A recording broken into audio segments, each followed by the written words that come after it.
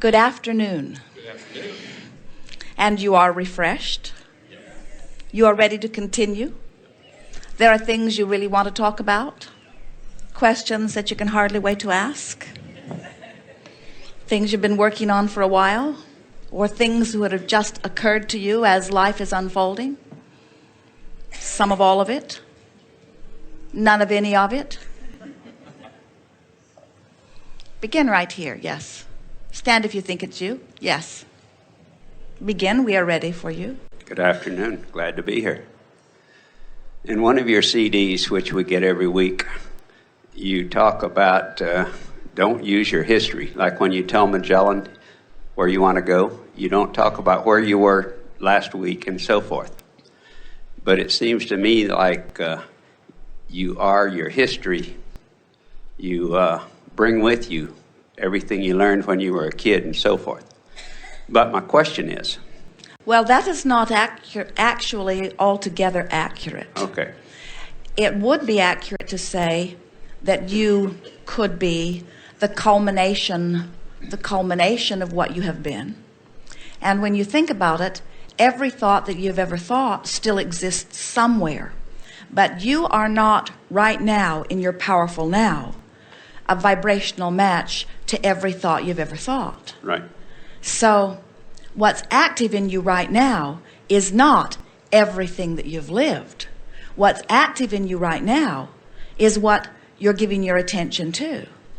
Now, the reason that you say that what you said, and a lot of people say similar things to that, and even when we say in your powerful now you are the culmination of all that you have lived, the reason that any of that is true is because it is likely that you're going to feel pretty much today the way you felt yesterday if you're not very deliberate about it. Mm-hmm. So as something happens when you're a child and you observe it and offer a vibration about it, and then the next day you talk about it, and then the next day you talk about it, and there are family photographs and family history, and then you write a book about it, and you keep the vibration of that event active in your vibration, then you would today be vibrating your history. Okay. But we encourage a very selective sifting of history and a very deliberate vibration of history. I'm getting better at that. Just cleaning up your vibration all along the way, so that today I am the culmination of the exposure to the contrasts that I've lived. But when you look at it this way, that we really want you to hear this, because from non-physical perspective, this is what happens. That history that you lived, that was present while you were living it, that history that you lived caused you to become, as far as non-physical energy essence is, to become something more. In other words, when you live something unwanted, what is wanted becomes a rocket, and source energy actually becomes the vibrational culmination of that desire. So you are in the constant state of becoming. So you could say that, you could accurately say that your inner being, that the source energy within you, that the you that is being held in vibrational escrow really is the fantastic positive culmination of all of the history that you've lived. Mm-hmm. And so if you've got your sights set on closing the gap between where you are and that fabulous historical culmination, now you're really onto something worthwhile. Good way of looking at it, yes? Okay. My question is, and I was speaking to the person next to me yesterday. I didn't agree with her at the time, but that's part of the question. She said, when you come into this world, you have a destiny. And I say, no, I don't think you have a destiny at the time. But my question is, I know that there are people that like to serve others, volunteers, so forth and so on. And there are a lot of people that don't want to do anything for anybody else, just for themselves. So, do people decide this as they are born? And I say you learn this from your parents and people as you grow up. Because I like to serve other people and try to do some good for the world. But is your opinion that you choose this, or? Well, here's what we know to be. You can call it an opinion if you want. Yeah, okay.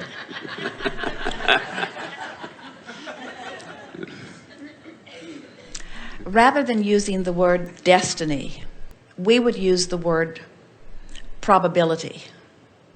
And we would say that in the same way that as you are offering thought now, you are creating a probable future. That since you didn't just start creating once you got in this body, that there was a whole lot of intending going on before you actually became this physical human being that you know.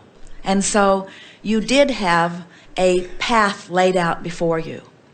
But in physical terms, that path would be seen as a much more general path than most humans are now making it out to be. We want you to understand that from that non-physical perspective, you are enormously selfishly oriented, not because you are selfish to the exclusion of wanting well-beings for others, but selfish in the sense that you have the perspective of self and you have control of the vibration of self. End of story. In other words, that's the way you create, and the entire universe is oriented toward all of these selfishly perceiving, selfishly oriented, leading edge creators who are, from their exposure to experience, now summoning the broader non-physical energy forward. In other words, we're giving this to you by way of helping you to understand that selfishness is not a bad thing, it is a natural thing. But what we've also noticed, another thing that we know to be, is that when you are in vibrational alignment with who you really are, the truest, most basic nature of your selfish nature is that from that place you now wish same for others. So if you are really purely selfish in the way we mean it, you cannot then exclude your desire to be an uplifter, because the very nature of your selfishness is to return to the source that is you. And you don't exclude others from that desire. You want that for them as well, you see. There is, however, something that we see as just a little bit screwy in the vibration of so many people who mean to serve. Because in that attitude of service, and we find no fault with that, do not misunderstand us. You are an uplifter to the core of your being, and there is nothing that any of you seek more than to assist others in reconnecting with who they really are, with reconnecting with the life that is really what life is, with the energy that is really what life is. But there are a lot of people who are in some sort of servitude, who do it not from their place of connection, but from their place of being aware that there is something wrong in the world. And when you serve, when you see a contrasting experience and you see something wrong in the world, and you activate your vibration to match what's wrong, and then you seek to make it better through action from that vibration of awareness of what's wrong, now you're not connected with the energy of source, and now you have nothing to give anyone.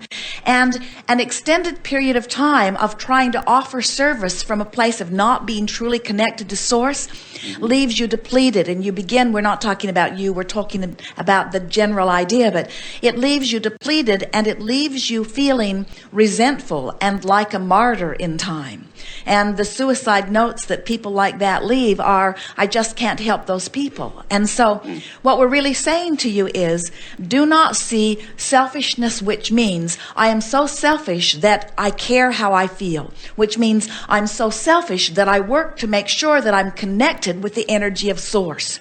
And that kind of selfishness makes you the best servant of people that you could ever be, because now you've got something to give them. But if you're not selfish enough to care how you feel, and if you're not selfish enough to tend to your own vibration, and if you're not selfish enough to really need or want to work your way up the emotional scale so that you are in vibrational concert with the energy of your source, then there can be no service that you could ever offer that would amount to anything. We want to say to all of you, And how is it that you justify your existence? Or better said, we want to say to you, and how is it, from what authority do you ask for things to come to you? As Esther calls on the telephone this morning and asks for some ice, we say to her, and by what authority do you make this request? Well, I am the person in the penthouse, Esther said. By that authority. Or I am a person on a cruise ship, and by that authority. And we said the answer that we want to hear from everyone, if they hear the question, by what authority do you ask the question? Or do you ask for the service? Or do you ask for the improvement? Or do you ask for anything? We want your answer to be, by the authority that I am the center of the universe. By the authority that I am source energy, and that all that is seeks to answer the requests that I offer. In other words, we don't want timidness from you. We don't want humility from you. And we don't want servitude from you. We want an understanding of your power and an unequivocal expectation of resources to flow to you, you see. And from that knowledge, oh, you serve the world in a powerful way. And that's what you planned. That, sir, is your destiny.